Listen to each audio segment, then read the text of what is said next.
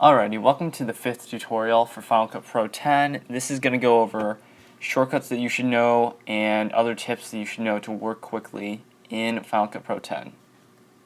So something we went over early on was the selection tool and the blade tool. Selection tool is A, you can drag stuff around, and B is for the blade tool to cut stuff. Hit B and cut. A, you can drag stuff. Hit B to blade again and drag. And in order to undo, you have to hit Command Z.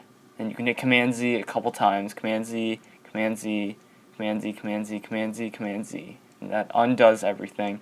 If you want to redo it, it's Shift Command Z, Shift Command Z, blah blah blah blah blah. And you get the idea. So Command Z to undo and Shift Command Z to redo. So a common problem for people who are new to Final Cut Pro is that when they scrub over their footage, it doesn't go if you just move over it for any of the clips. And you need to make sure you have this thing right here, video and audio skimming. And when you run over the footage, it will show you the video, and also it plays the audio as you move over it. And if you turn off audio skimming, you won't hear anything. But usually I work with both on, so again, you should have both of those on, and it usually helps you pretty well. I don't use this thing just for soloing stuff, but what I do use is snapping, which is N. And you'll notice that if you've ever edited with snapping on, you can see that when you move the scrub head near things, it just kind of attaches to it like a magnet. If I were to drag this, you can see that it happens with anything you try to drag or move around. And a common mistake people make is they don't have snapping on, so if I turn off, you'll see that I can just drag it anywhere. It doesn't snap to anything, and I can move it to any frame that I want, and I don't have any trouble. But if I turn snapping back on, you'll see that it just snaps right to the beginning, to the middle, and the end of this transition or anything else that you're dragging near. If I turn it off again, I can drag it wherever I want. So usually it's good to have snapping on, but if you want to have more precision over where you're dragging things, you can turn it off temporarily. And another thing I use frequently is visibility, and if you just right click on something, you can see there's a disable, and that automatically just makes it invisible. Right click again and enable it, but the shortcut for that is V. So just hit V when you select anything and that'll disable it. And now you can see our news anchors that we had before, they disappear and then they reappear, which you couldn't see before, but you can do that just by hitting V on everything else. And to re-enable them, just select all of them and hit V. Okay, so for the purposes of this tutorial, I'm going to replace the background to show you something about rendering. I'm going to replace it with this blue arcs background.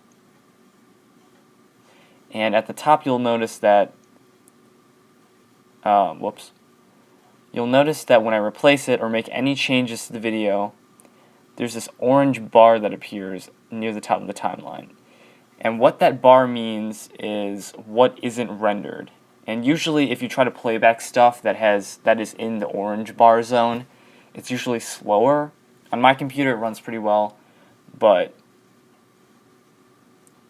if it's orange, that means that the footage isn't rendered yet, and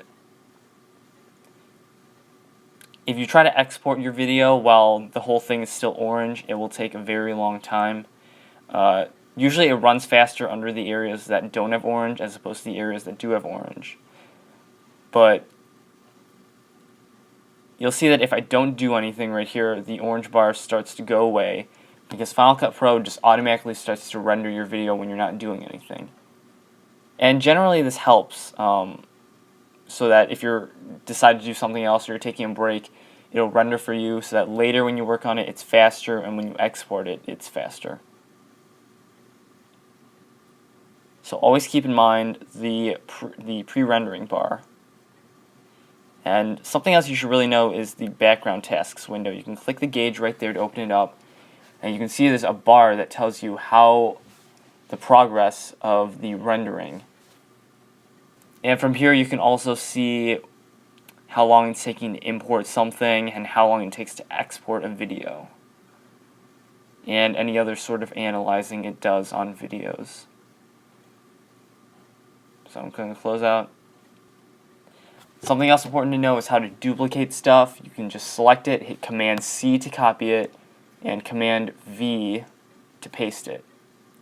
And that's really the quickest way to duplicate stuff. I can just do it a bunch of times. You can drag all of these and delete them again. Also, Command C works with multiple things, so if I drag over all of these, I can't move them right now because of the transition, but I can Command X to cut them. I can move somewhere else and hit Command V to paste it, and you'll see that it pastes from the beginning of the first object. So Command Z to undo those. Again, Command C is to copy, Command X is to cut, and Command V is to paste. And in the next tutorial, I'm going to go over how to export.